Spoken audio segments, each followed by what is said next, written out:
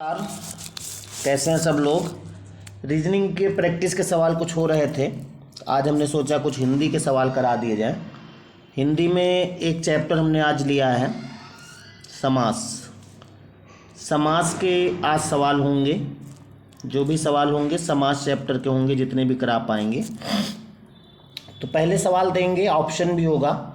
प्रयास करिएगा कि पहले आप लोग आंसर जो भी आपको लगे टाइम देंगे, जो भी लगे, और कमेंट करके उसको बताइएगा क्या आंसर होगा। उसके बाद फिर हम आंसर बता देंगे, ठीक है। तो शुरू करते हैं। लेकिन उसके पहले अगर आपको लगे कि सवाल अच्छे हैं तो जब वीडियो पूरा देख लीजिएगा तो बाद में वीडियो को लाइक ज़रूर कर देना और शेयर भी कर दीजिएगा दोस्तों को। इसकी लिंक जो है वो स्टेटस पर लगा दीजिएगा। इतना कर देना तो ठीक है। चलते हैं हम पहले सवाल की ओर। पहला सवाल ये सवाल है कि धनहीन में कौन सा समास है। एक शब्द है धनहीन, इसमें कौन सा समास है। पहला है द्विगु समास, तत्पुरुष, द्वंद्व, अव्ययी भाव।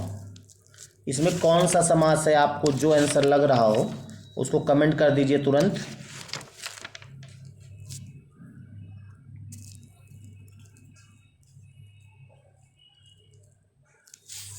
हो गया होगा। तो धनहीन में कौन सा समास है। तत्पुरुष समास होगा। तत्पुरुष समास का आंसर है। और धन से हीन होगा। और अगर पूछा जाए कि जो तत्पुरुष के 6 भेद होते हैं उनमें से कौन सा होगा, तो जहाँ पर निगेटिव शब्द बाद में होता है, आपको मालूम है, वहाँ पर अपादान तत्पुरुष होता है। यानी इसमें तत्पुरुष होगा। और कौन सा तत्पुरुष अगर कहा जाए तो अपादान तत्पुरुष है कि नहीं। तो इसमें तत्पुरुष होगा पहले सवाल में। दूसरा सवाल देखते हैं क्या है। ये सवाल आ गया है। दूसरा सवाल है स्वर्गगत। कलर चेंज कर लें थोड़ा सा तो टिक लगाने में अच्छा रहेगा। स्वर्गगत, इसमें कौन सा समास है। जल्दी से जो आपको लग रहा हो कमेंट करिए।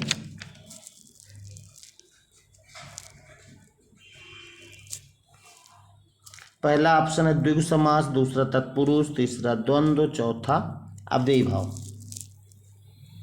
स्वर्गगत,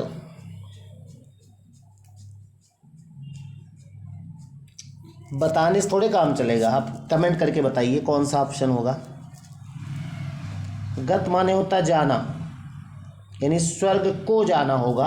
और को लगा तो तत्पुरुष समास में भी होगा तत्पुरुष, सही है ना। और जिन लोगों का मान लिया समास पढ़ा नहीं है तो वो इसी चैनल के प्लेलिस्ट में जाइएगा, वहाँ समास का एक भाग है, उसको पढ़ सकते हैं आप। हम चलते हैं तीसरे सवाल की ओर। ये तीसरा सवाल है पुस्तकालय में कौन सा समास है।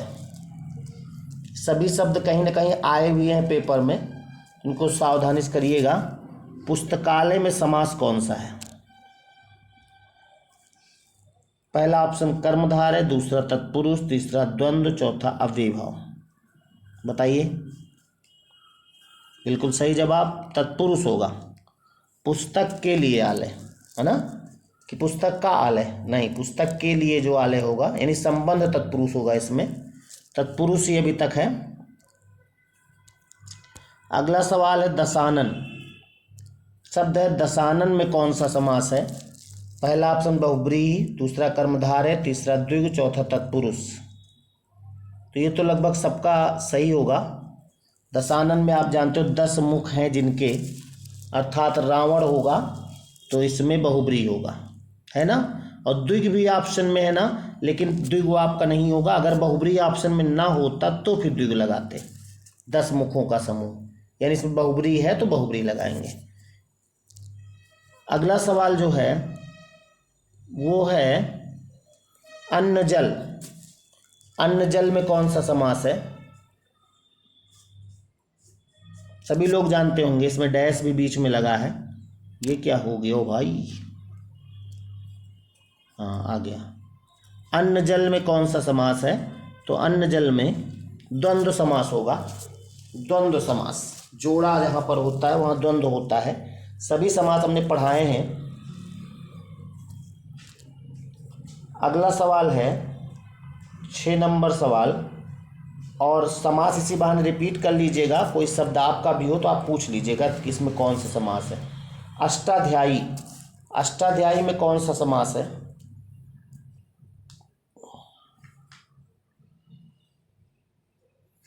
देखो अष्टाध्यायी में क्या लगाया आप लोग? एक तो होगा 8 अध्यायों का समूह यानी द्विगु होगा, एक है 8 अध्याय जिसमें अर्थात पाणिनि का व्याकरण।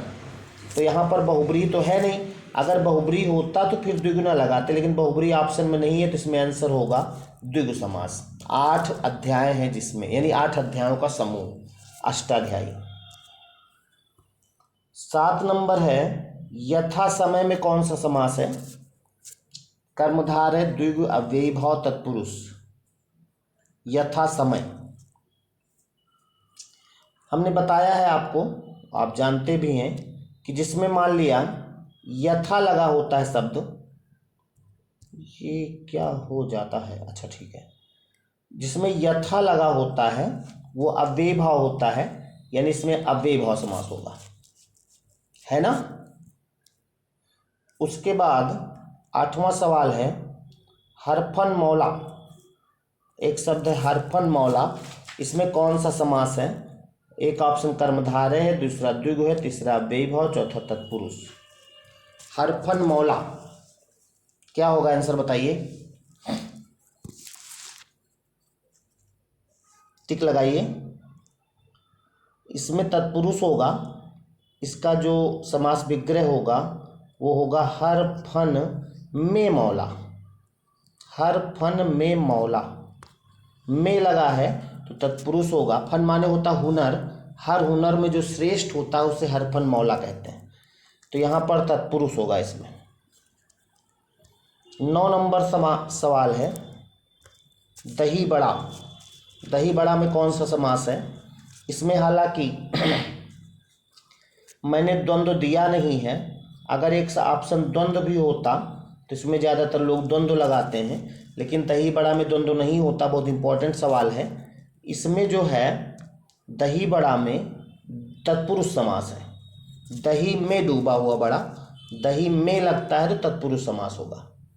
और तत्पुरुष के जो भेद है, नई तत्पुरुष, प्रातत्पुरुष, उसमें अगर जाएंगे तो ये दही में डूबा हुआ बड़ा अधिकरण तत्पुरुष, वो प्राधिकरण इसमें होगा। हालांकि उसमें नहीं जाना है आपको, तत्पुरुष केवल बताना है। उसके बाद अगला सवाल है, अगला है ही नहीं, यानी कि 9 सवाल ही हैं, होने 10 चाहिए थे, कहीं गायब हो गया। तो आपको ये वीडियो अगर अच्छा लगा हो तो आप इसको शेयर ज़रूर कर दीजिएगा, और इसकी लिंक डिस्क्रिप्शन में, इसकी लिंक आप स्टेटस पे जरूर लगा दीजिएगा, ठीक है। और आपको अगर तत्पुरुष समाज से कोई सवाल पूछना हो तो आप हमें कमेंट करके बताइए, या हमारे व्हाट्सएप नंबर पे सवाल भेज दीजिए, ठीक है। नमस्कार।